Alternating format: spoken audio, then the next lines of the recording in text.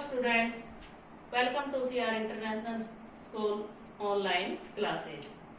बेटा पिछले लेक्चर में हमने कविता पढ़ी थी कैदी और कोकिला। आज उसी को कंटिन्यू करते हैं।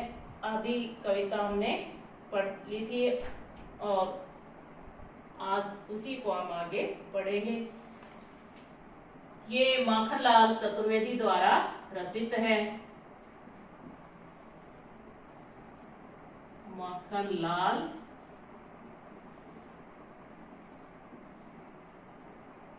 चतुर्वेदी।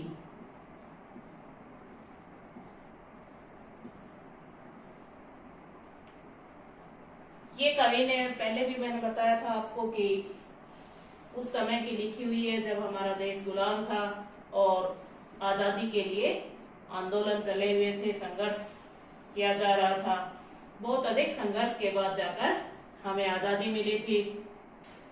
तो उस समय कवि को भी 2 बार जेल जाना पड़ा था और उन्होंने उस समय ही ये कविता लिखी थी, एक कोयल को माध्यम बनाकर। तो हमने पिछले पैरे में हमने पढ़ा था पिछले लेक्चर में कि जो शांत रात का जो शांत समय होता है उस समय जब कोयल बोलती है तो सभी को सुनाई देती है। क्यों?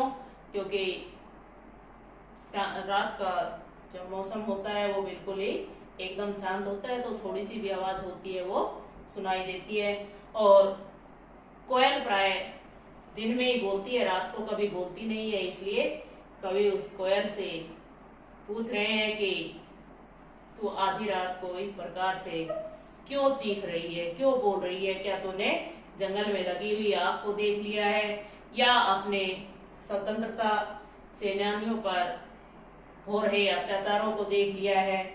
तो या फिर तुम पागल हो गई हो, क्या बात है? तो कोयल से पूछता है कि तुम मुझे बताओ कि तुम्हारे साथ क्या घटित हुआ है और तुम इस तरह से अंधेरी रात में आधी रात को क्यों कूक रही हो।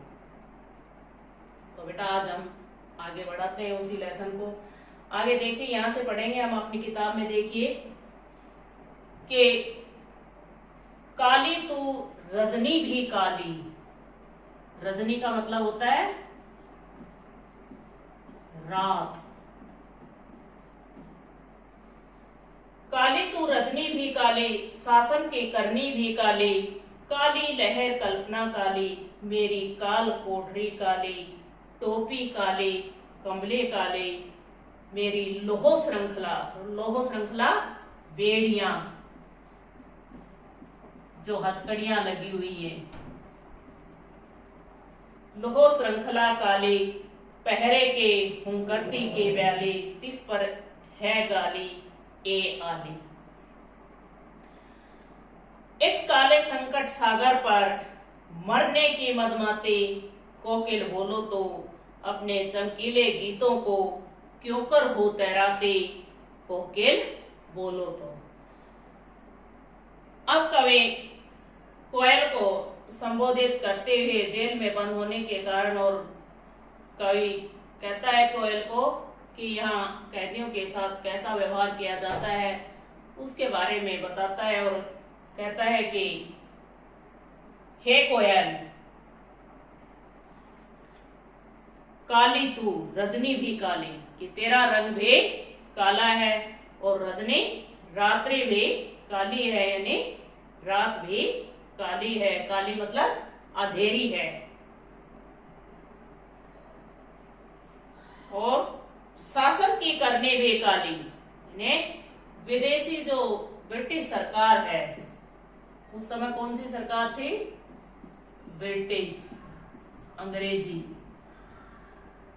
जो ब्रिटिश सरकार है इनके कारनामे भी काले हैं, इनके सारे कार्य भी काले हैं। काली लहर कल्पना काली। आगे कवि कहता है कि मेरे मन में उठने वाली जो कल्पनाएं हैं वो भी काली हैं, अर्थात मेरे मन में भी अंधकार छाया हुआ है। अंधकार यानी यहाँ अंधकार से मतलब है निराशा। तो कवि कहता है कि मेरे मन में भी निराशा छाई हुई है। मेरी काल कोठरी काली, यानी मुझे जिस कोठरी में कैद करके रखा गया है उसमें भी अंधेरा है, यानी मैं एक काल कोठरी में बंद हूं जो एक बिल्कुल अंधेरी है। टोपी काली कमली काली, और मैंने जो सिर पर टोपी ओढ़ी है वो भी काली है, और कमले काली, जो मुझे ओढ़ने के लिए कंबल मिला हुआ है वो भी काला है। इसके बाद है मेरी लोहो श्रृंखला काली, यानी जिन बेड़ियों से मुझे बांधा गया है वो भी काली है, यानी मुझे जेल में जो हथकड़ियां लगी हुई हैं वो भी काली है, उनका रंग भी काला है। पहरे की हूं करती के बैली, तिस पर है गाली ए आली। ए आली का मतलब होता है, यहाँ कवि आली किसको कहता है? कोयल को, और आली का मतलब होता है सखी। कवि यहाँ कोयल को सखी कहकर पुकारता है। कहता है कि जेल के जो पहरेदार हैं वो नागन के समान, यानी नाग के समान, नागिन के समान हुंकार भरते रहते हैं कि हे सखी, ये सब होते हुए भी, यानी हमारे ऊपर इतना कड़ा पहरा है, इतना कठिन पहरा है, और इतना फिर भी हमें गालियां भी दी जाती हैं और हमारे साथ बुरा व्यवहार किया जाता है। इसके बाद है कि इस काले संकट सागर पर मरने की मदमाती कोकिल बोलो तो, यानी कवि फिर क्या कहता है कि फिर भी, यानी हमारे साथ इतना बुरा व्यवहार किया जाता है, फिर भी हम अपने देश के गुलामी रूपी काले संकट को इस सागर से उबारना चाहते हैं। इसके लिए हम अपने प्राणों को भी न्यौछावर करने के लिए तैयार हैं। कोकिल बोलो तो, कि हे कोयल, मैं तुमसे पूछता हूं कि तुम इस अंधेरी रात में, कोकिल बोलो तो, अपने चमकीले गीतों को क्यों कर हो तैराती? कोकिल बोलो तो, कि हे कोयल, मैं तुमसे पूछता हूं कि तुम इस अंधेरी रात में अपने चमकीले जो गीत है उनको किस प्रकार से फैलाती रहती हो? कि हे कोयल, तुम मुझे बोलकर बताओ कि तुम इस प्रकार सभी दिशाओं में कैसे कूक रही हो, यानी क्यों कूक रही हो? हमारे कूकने का जो कारण है वो मुझे स्पष्ट रूप से बताइए। तो इस पहरे में यही कहा है कवि ने कि जो भी बात है कोयल से अपने बारे में बताया कि जेल में उनके साथ कैसा व्यवहार किया जाता है, तो और उनके साथ क्या क्या किया जाता है, लेकिन फिर भी वो गुलामी को दूर भगाने के लिए, गुलामी को हटाने के लिए संघर्ष करते हैं। और उसी समय कोयल से पूछते हैं कि तुम इस प्रकार इस अंधेरी रात में अपने गीतों को किस तरह से चमकाती हो, तुम किस प्रकार से हर दिशा में कूक लेती हो? कोयल, बोलकर मुझे स्पष्ट रूप से समझाओ। अगला पैरा है, तुझे मिली हरियाली डाली, मुझे नसीब कोठरी काली, तेरा नभ भर में संचार, मेरा 10 फुट का संसार, तेरे गीत का हवेवार रोना भी है मुझे गुना, देख विषमता तेरी मेरे, बजा रही तिस पर रणभेरी। ये इस पहरे में कवि ने कोयल और स्वयं में जो अंतर है वो बताया है। जैसे क्वेश्चन बनेगा कि कवि कोयल से ईर्ष्या क्यों करता है? ईर्ष्या का मतलब होता है जलन, कि कवि को कोयल से ईर्ष्या क्यों है, या कवि कोयल से ईर्ष्या क्यों करता है? तो वही इसमें बताया कि तेरे और मेरे रहने में क्या अंतर है। कि कहता है कि तुझे मिली हरियाली डाली, कि हे कोयल, तुम्हें तो रहने के लिए पेड़ों की हरी भरी टहनियां मिली हैं, यानी तुम तो स्वतंत्र रूप से हरे भरे पेड़ों पर विचरण करती हो।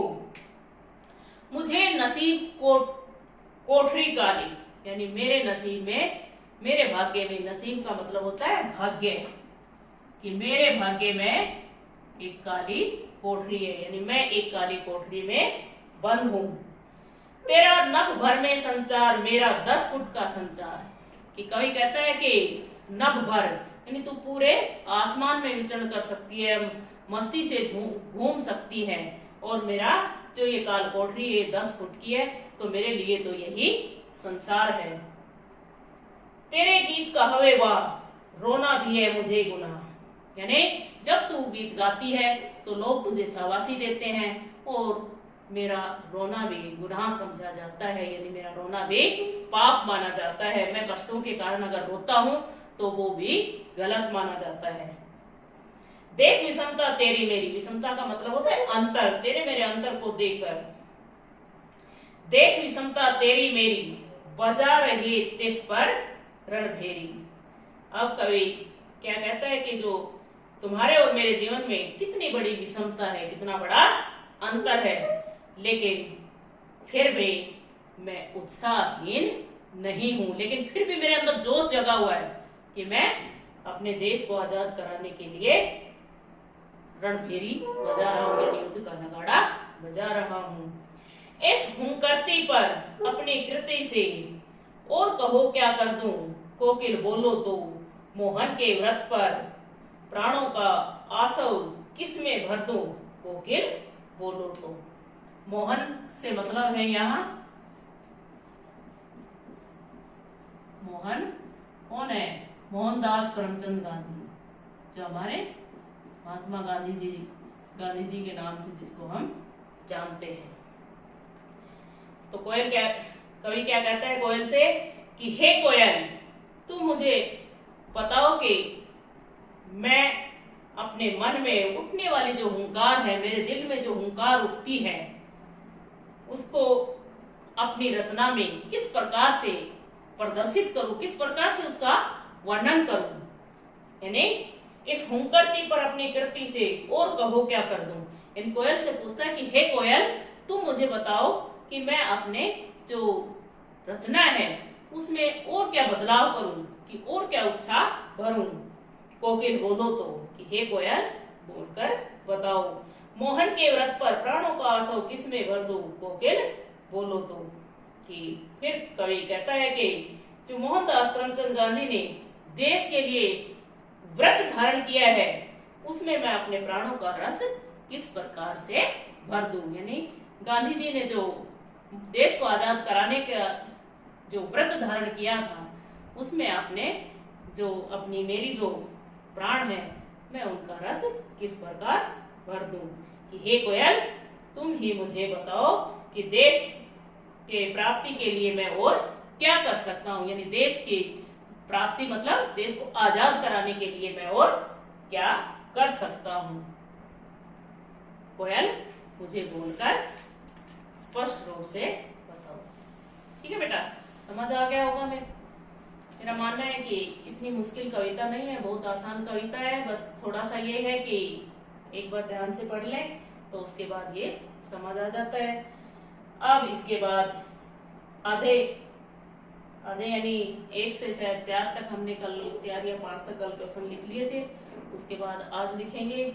जो आपको समझना आया उसको दोबारा से समझने की कोशिश करें, और जितना पढ़ाया जाता है उसको ध्यान से पढ़ें, और अपना जो लिखने का कार्य है उसे फिर नोटबुक में साथ साथ लिखते रहें, याद करते रहें और समझते रहें।